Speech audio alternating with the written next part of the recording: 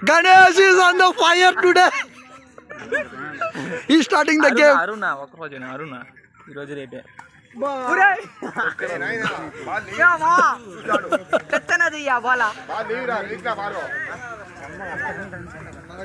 రోహిత్ శర్మ ఆడి వెళ్ళిపోయినాడా నాకు సంతోషం ఏంటంటే బెత్తరోడు బాగా ఆడినాడు రా పాప 2 బాల్ ఆడినాడా బాగా ఆడాడు బిడ్డ కమాన్ అయితే బడియా షాట్ పడింది బాగా వెళ్తా 6 ఎందుకు అంత దూరం పోతానైనా